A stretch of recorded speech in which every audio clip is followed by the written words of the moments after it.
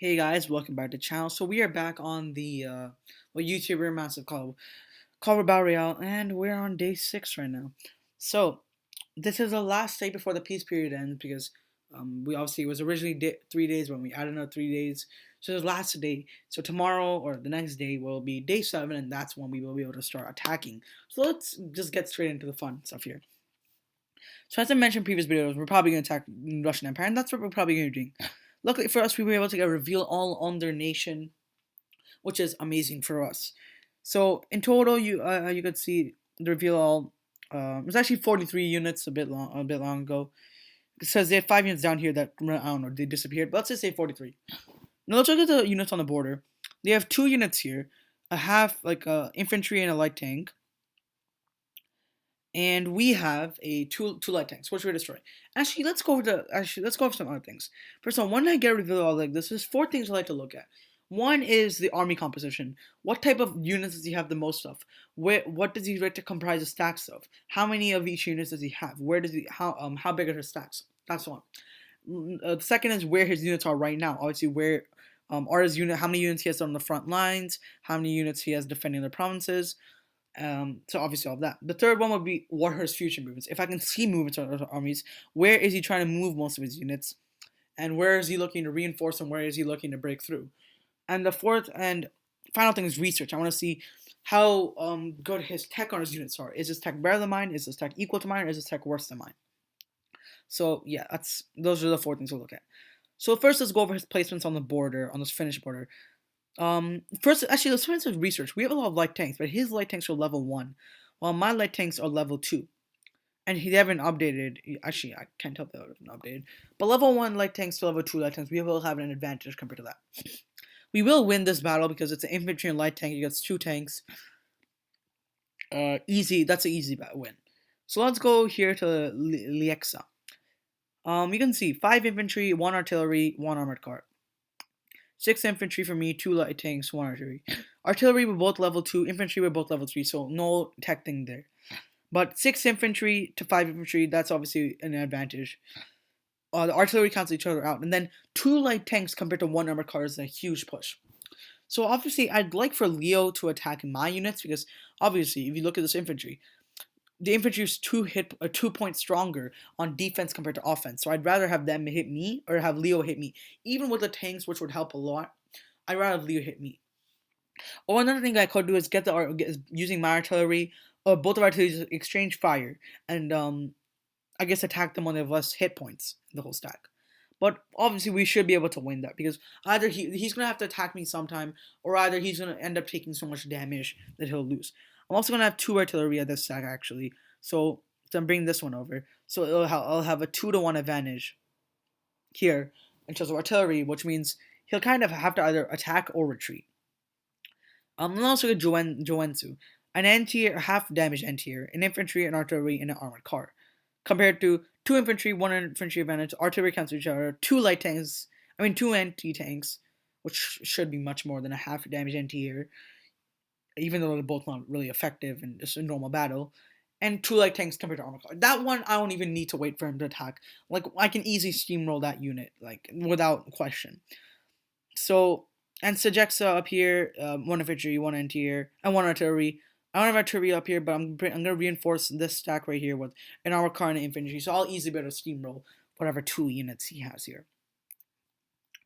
Apart from that, you can see he has some units over here in Karelia. You can see he had 5 units here in R6. So a lot of units down south here in the Cossack Empire trying to capture them. So based off because I know Leo's time zone. Now, based off his time zone and his sleep schedule, I'm just some quick maths. Based off his sleep schedule, at least his normal sleep schedule, and when the day change happens, I've calculated that between day change and his time and when he wakes up, there's a 7-hour time frame in between that when I'm allowed to attack and he is gonna be offline. So I have 7 hours to attack him while he's offline, and that 7 hours can easily win me the war, because in those 7 hours I can easily break through on all of these 3. Let's include this province. All of these 4 bordering provinces, killing 11, 13, 15 units in the process.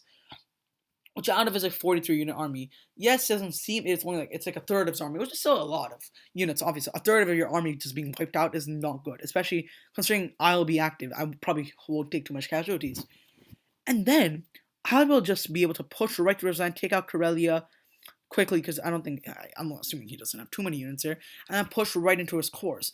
So by the time he might get onto the game and get online, I might already have annihilated any sort of defenses he had right at the border, gone through Corellia, and be on the verge of and be right on his on the verge of taking his core territory, and then he'll have to be scrambling to find a way to defend that, and that's gonna be amazing. So that's 7 hours from where I will have the advantage, where he will be offline and I can attack. Will be amazing. He can attack me before that. So those 7 hours and the amount of damage and how effective and efficient I can be in those 7 hours can easily decide the fate of this war and turn the tide of this war and see who will win this. Am I feeling confident? Yeah, I'm feeling pretty confident. Knowing that 7 hours. If I didn't have that 7 hours, let's say if he had that 7 hours, I would be like, oh shit. I would not be feeling good. But lucky since I have that 7 hour advantage and a massive advantage, because I just can't stress how much of a massive advantage that is. I am feeling very confident about this. So yeah, that's looking good. Also, he doesn't have any air force. Well, he has this one plane, but that doesn't matter. Also, he doesn't have any anti-air or anti-tank. As you guys can probably see, I have a lot of tanks in my units, and he does not have anti-tank whatsoever. And infantry and armor cars and artillery are very weak against tanks. You need anti-tank to protect your stacks against light tanks, and that will be very useful without him having anti-tank. Light tank, my light tank just throw right to his land. Also, without any sort of anti-air or normal air force, if I can get more tactical bombers into play, then I can start bombing his units and I can do hefty damage. And even with the interceptors, I can patrol his units if I want. Maybe if there's like a single infantry or a single unit, I might be able to take some. I might be able to deal some damage to it too. Things.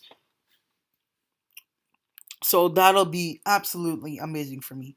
Right now, I'm sitting on 46 units, where we've obviously finished up Norway, Denmark, we finished up Finland, where we were also on a mission to take out Estonia, so we've got them. Also gonna get this airdrop or supply drop in Narva, meaning I'm able to get some good resources. I'm low on food right now and oil, so maybe I'll be able to get some food or oil, which would be very and money for that matter, which would be very highly appreciated. So hopefully I got lucky with that. If we look at production right now, let's just check that. You can see we got some light tanks going, anti-tank, artillery, a tactical bomber, more artillery, anti-tank. I still haven't figured out what to do with these two, but I'm not building anything there now because I don't have really the food or oil or stuff to do it. I also have some spies in the country which allowed me to get that reveal all. I had 4 military structural spies, which I really is pretty lucky because sometimes, lots of time you don't get it with 4, but we did, and um, you do need some luck to be successful. Yeah, I think that should be it for today's episode, guys. Thank you guys for watching. If you enjoyed the video, make sure to subscribe, and peace out.